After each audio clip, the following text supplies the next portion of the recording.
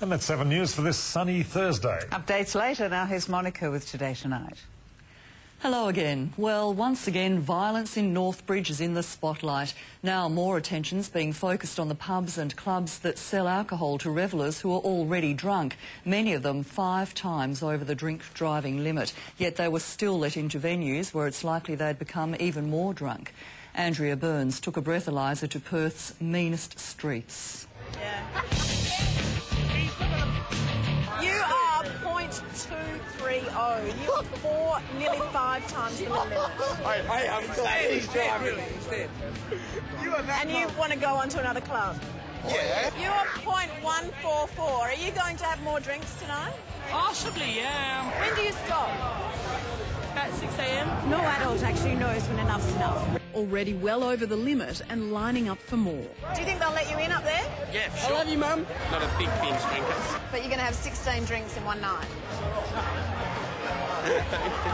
She's good. You a liar? None of these pub patrons is breaking the law yet. How many drinks have you two had? The police commissioner says public order has been lost in Northbridge. Some say mandatory breath testing before drinkers enter licensed premises makes sense.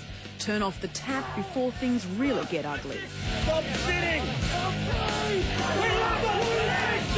We know the type of behaviour that we are trying to prevent, and licensees and managers know it too. Licensing Enforcement Officer in charge, Kevin Taylor, said police support mandatory breath testing. The Commissioner's position is that if the licensees and the owners and operators of licensed premises wish to use the machine for the purpose of coming to an assessment of a person's intoxication, then they're quite welcome to do it. We don't see it as a one-size-fits-all proposition. Paul Brockschlager from the Australian Hotels Association. Within this young generation, we've got a lot of work to do through education and changing a culture that it's just not cool to write yourselves off. His members make their money from thirsty patrons, but Mr Brockschlager says breath testing them wouldn't help stop drunkenness. The bottom line is there is no perfect system, but we're all working to get a positive result, and any bit of assistance can help. So why not use the tool?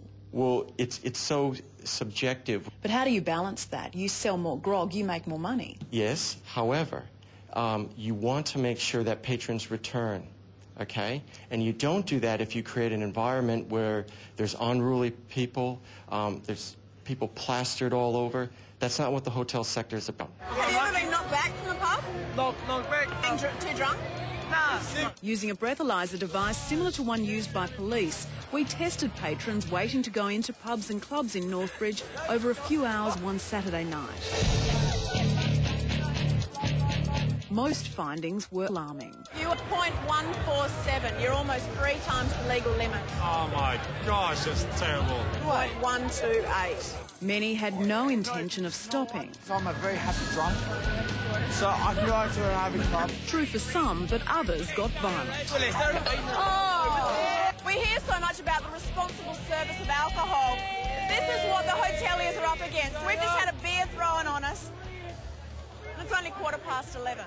They believe that to be intoxicated they have to fall off a chair. Well, that's not the case. Bridget Kenny, licensee at the Shed on Aberdeen Street, is blazing the trail, already using breath testing.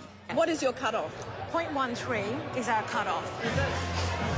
This bloke's under that, but being knocked back by security. So it's more for our security side of things more than anything. And obviously to stop any aggressive behaviour before it ever gets inside the club. I personally could have this place cleaned up in 4 weeks. In his native San Francisco, Don Price kept bikie gangs under control. Let it go, man. Let it go. Back up. I need some room. Currently on holiday here, the retired cop reckons breath testing would work. So would cutting off the streets to traffic, permanent cab spots, more uniformed police on the beat. Recommendations he's put on paper and forwarded to the Perth City Council and the Police Commissioner. I think that the concrete things that I can put out there that I've seen from the States can work here. Stop resisting! That man Today Tonight's placed Northbridge violence squarely on Perth's agenda, with 2 major reports in the past 6 months. As the police, the government and the Perth City Council try to work out what to do next, one thing's for sure. Fixing Northbridge will take a long time and take a major shift in our mindset. .104. One. I can still drive. No, that's twice the legal limit for driving. Going out with the boys. Right, these are the boys. Andrea Burns in Northbridge. Now, you see some pretty amazing things in life, but unfortunately you don't always have a camera handy. Well, Neil McCallum not only took part in one of the most bizarre wildlife rescues on a beach, his wife